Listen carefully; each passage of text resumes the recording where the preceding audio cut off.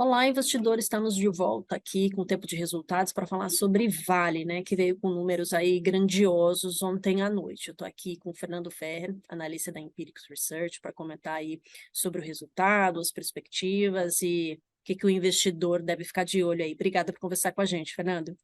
Tudo bem, Paula? Prazer. Show de bola. Vamos começar então. Vou trazer aqui números grandiosos mesmo aí da Vale, né? Foi o terceiro maior, né? O lucro em 2022, aí falando do ano fechado, né? O terceiro maior da história entre as empresas listadas na B3, né? Isso por um levantamento do Trademap. E o segundo da Vale, né? Em 2021, a empresa aí teve um lucro líquido de 121 bi e ano passado de quase 96, né? E aí, falando um pouquinho mais, no quarto TRI, 3 bi 74, né? 740.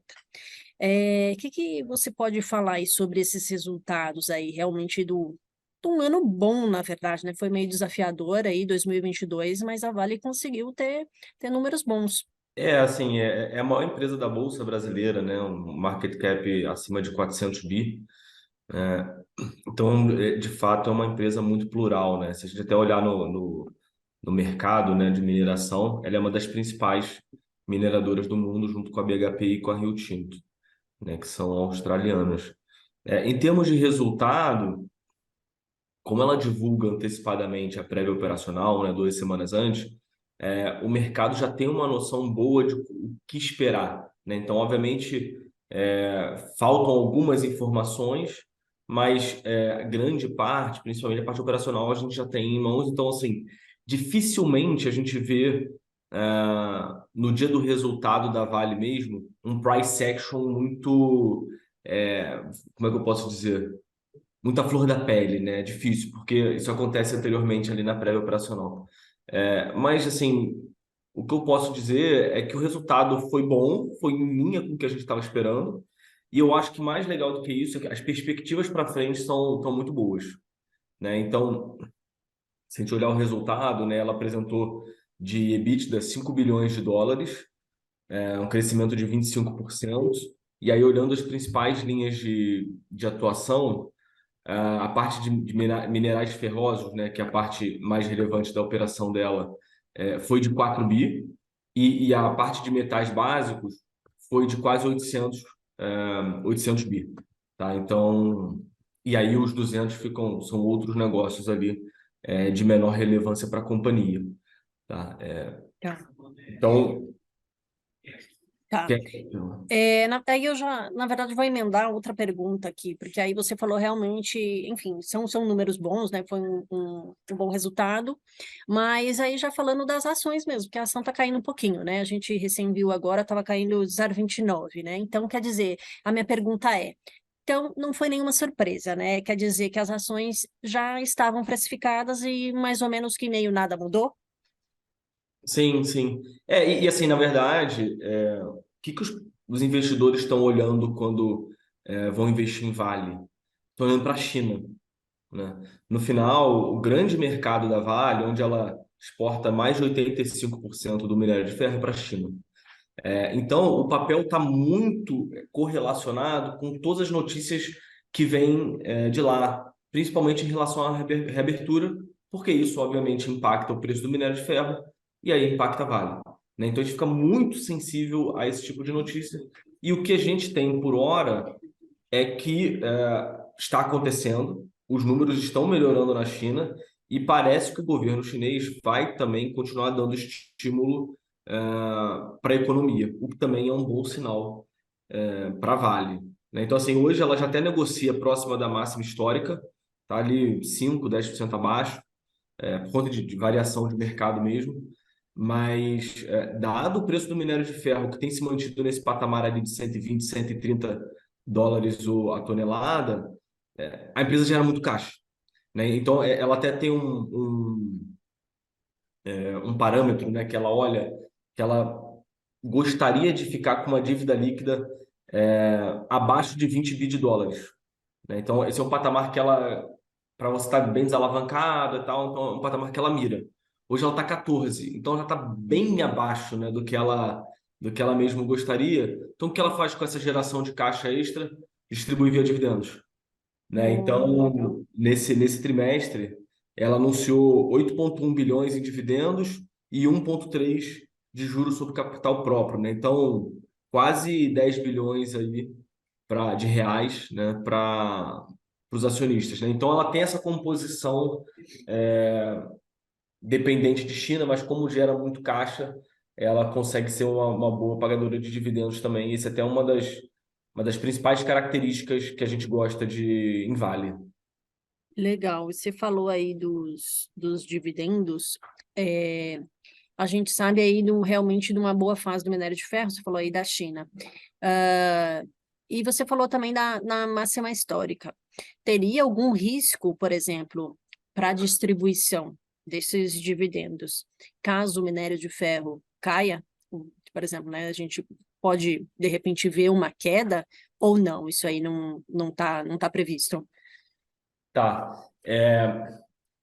Se o preço do minério de ferro cair, né, ela vai acabar tendo que distribuir menos dividendos porque ela está gerando menos caixa. Mas existem alguns fatores que nos fazem crer que dificilmente o minério de ferro vai cair de forma estrutural. Um desses fatores aí que a gente olha é que, de fato, o custo de produção, de extração do minério aumentou por conta dessa inflação global que a gente está vendo, né? Então, dado que o custo aumentou para todas as companhias e a Vale é a empresa que tem o menor custo de produção, se a gente vira um minério indo ali próximo de 100, de US$ 90, onde a Vale ainda é geradora de caixa, as outras competidoras dela começam a reduzir produção porque elas já não estão gerando caixa. Então você cria, vamos dizer assim, um colchão para que o minério não fique estruturalmente ali abaixo de 90, que seria um patamar meio ruim, tá? Então, e aí, dada essa reabertura de China, também não vejo muita oportunidade para ele para esse patamar. Então, me parece que, pelo menos para esse ano, esse patamar aí de 110, 130 ali, dólares, vai ficar e é um patamar que é super saudável, muito interessante para a Vale, para gerar caixa. Então, acho que não vai afetar essa parte de distribuição de dividendos.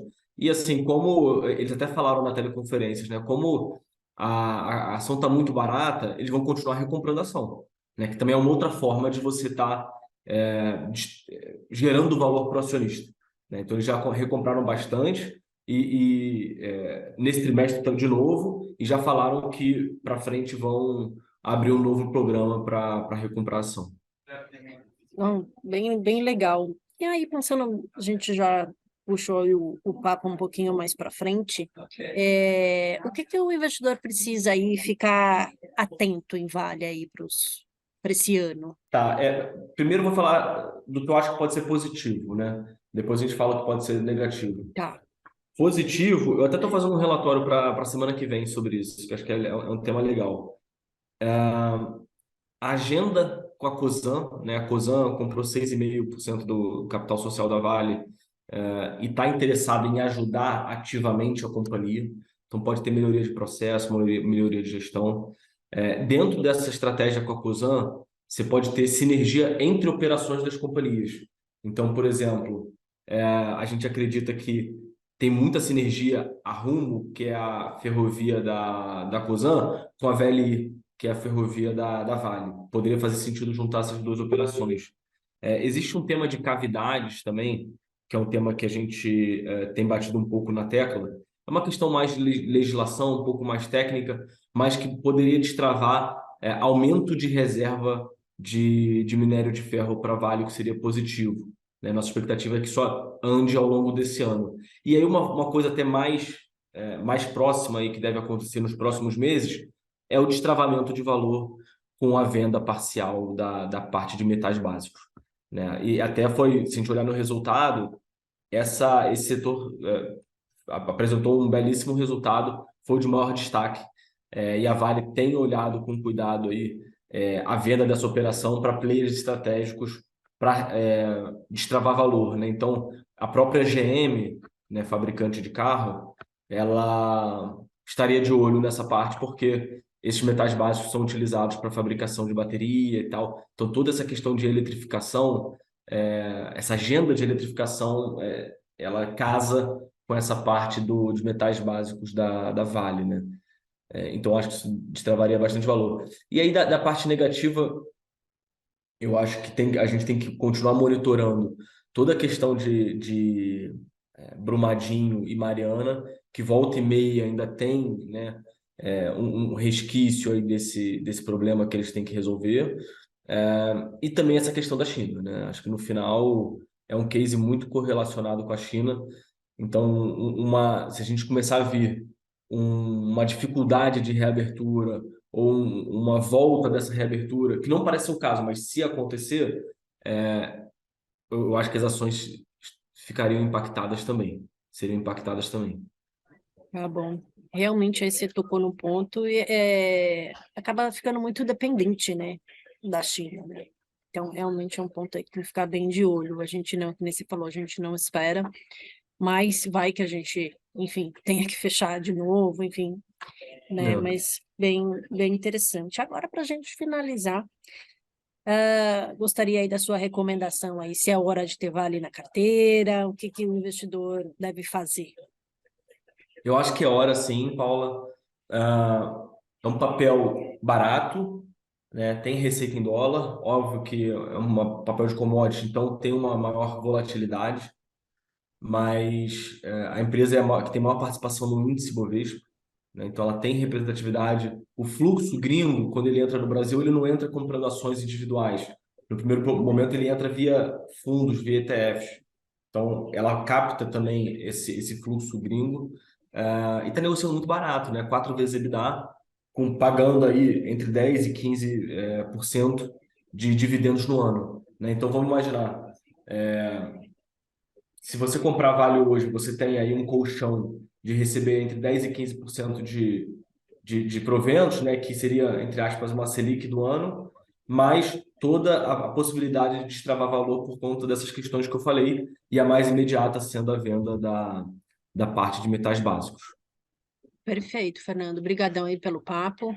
A gente se vê aí nos próximos.